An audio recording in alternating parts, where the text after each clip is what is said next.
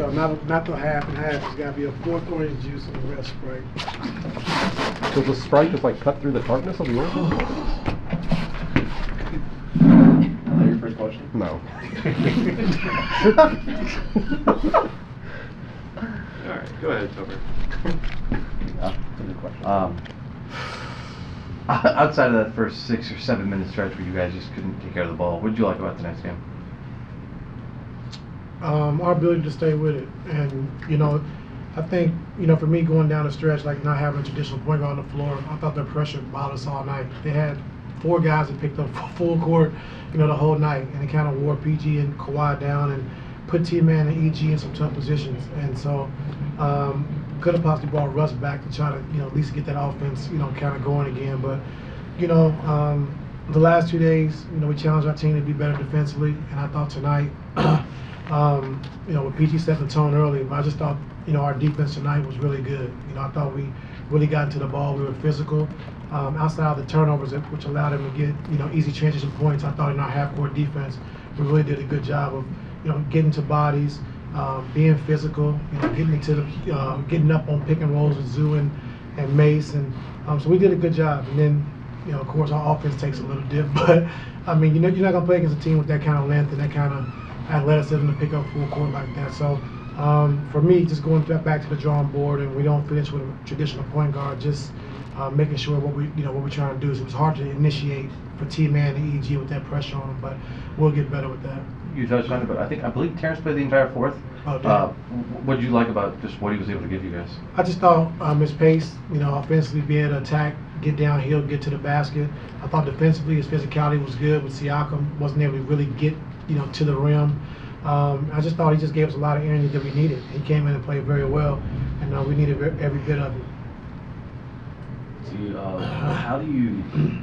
How did they consistently attack the rim as well as they did your team? Like from the first half and carried it over to the second half, just consistent like focus on the paint, it seemed like. Yeah, I mean we made a focus like we talked about last game when we played this team. When we touched the paint, we scored 1.59 points per possession, and when we didn't, it was 0.7. You know, and so we really made a conscious effort to talk about getting into the paint, attacking the paint, and being aggressive. And I thought we did that all night long. But like I said, I thought their pressure and their physicality and their length really bothered us offensively, made us stagnant, and we couldn't, you know, initiate the balls on the elbows, get them to Kawhi and PG, and they really kind of took us out of our offense. But our defense was good enough, like you said, to win the game. Zoo and Mason, they're 2 different centers with what they feel like they're best at, most comfortable at. How were you able to put both in position to be successful tonight? I thought, you know, Zoo was great. I thought, you know, just finishing around the basket. I thought just his presence, being, you know, low man, and his verticality and size at the basket. And then Mason, just his energy, you know, able to get up down the floor, be able to push the ball on the break when he rebounds the basketball, and then defensively be able to get up and actually corral a little bit more, and a little bit more active defensively in the pick and rolls. And so, like I said, they both are very different, but they both help our team out tremendously. Ty often said that you can't be the only voice on this team. I'm wondering the last couple of days in practice and today, what have you seen these guys as far as how they're meshing chemistry-wise and maybe being more vocal? Are you seeing anything from certain individuals? Yeah, I mean, I think all of our veterans have stepped up and just talked about, you know, we have a special opportunity, and we just got to, you know, continue to keep working. And that's what we did the last 2 days. We really worked, and defensively just working on our foundation, what we need to do every single night.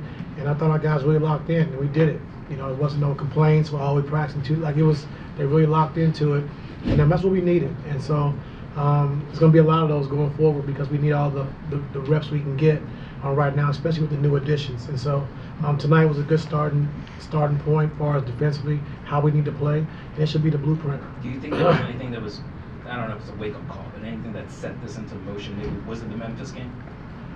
As far as just like defensively, more and like meshing more in chemistry-wise. That, and then like you said, having the film sessions. I think having the 2 days of practice time where we really locked in and show those guys, you know, exactly what we want, what we need, and how we needed to defend. And so I give our guys credit. You know, I thought PG and Kawhi really set the tone early, and everyone else, you know, I thought was really good defensively.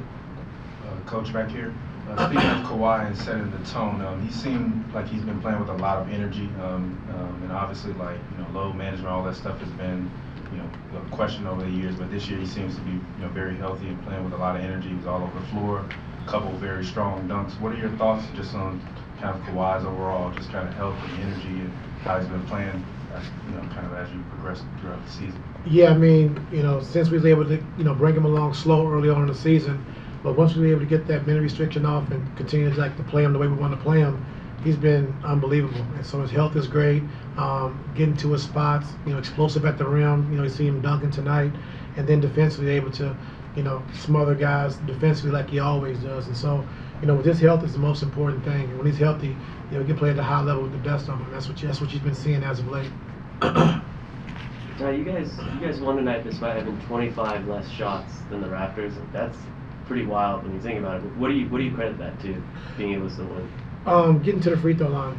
We got to the free throw line 31 times, so that's 15 shots, right there, and they only got there 14 times. So if you take the free throws out of it, we probably got a little bit more. But the turnovers that hurt us the first 6-7 minutes of the game, we had 10 at halftime, but we had 7 in that first quarter, which allowed them to get confidence early, and then ending the game with 17. So you have 17 turnovers. It's tough, and then they gave up 15 offensive rebounds. So those two things and that combination is not going to allow you to get as many shots as you want. And so, but I think just for us, staying the course, like I said, being aggressive, attacking the paint, 60 points in the paint tonight, and that's how we got to play. We got to attack the paint every night, and it starts with PG and Kawhi. They've been doing it the last 2 games. Ty, going back to Kawhi for a second, he's made last 5-6 games, it seems like he's really made a point to get off the strong starts, especially in the first quarter. I think he had 9 or 10 tonight. Has that been a bigger push for him, or it's something you've impressed on him? I just think setting the tone early, as the best player, just setting the tone, and we knew coming into tonight's game, Nick wasn't going to let him play. Like, they always double team him, they trap him, they junk it up, and so the biggest thing you can tell PG and Kawhi in games like that, just trust the offense and just trust the pass. I thought they did that all night, and Nick's the best at just taking guys out of the game and making you play a different style of basketball, which we had to do tonight. You had Kawhi at the 4 to close with the 2 guards, and you also still kept a big on the floor at times. And often when we've seen Kawhi at the 4, it's been in smaller groups. Do you think that's something that you might try to get back to again, is him at the 4, but also keeping either Zoo or Mason on? Yes, sir. Andrew, last one.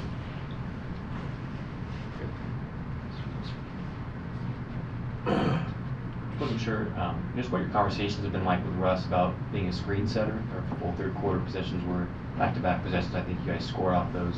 It's a small thing, but I feel like he hasn't done that a ton in his career. What's gone into getting him to buy into doing that for you guys? Well, I mean, if teams are going to put point guards on them, they're not going to switch on to PG and Kawhi most nights. And so with Russ being the passer that he is, we just talked about, if you set that screen, they're going to show on Kawhi and PG.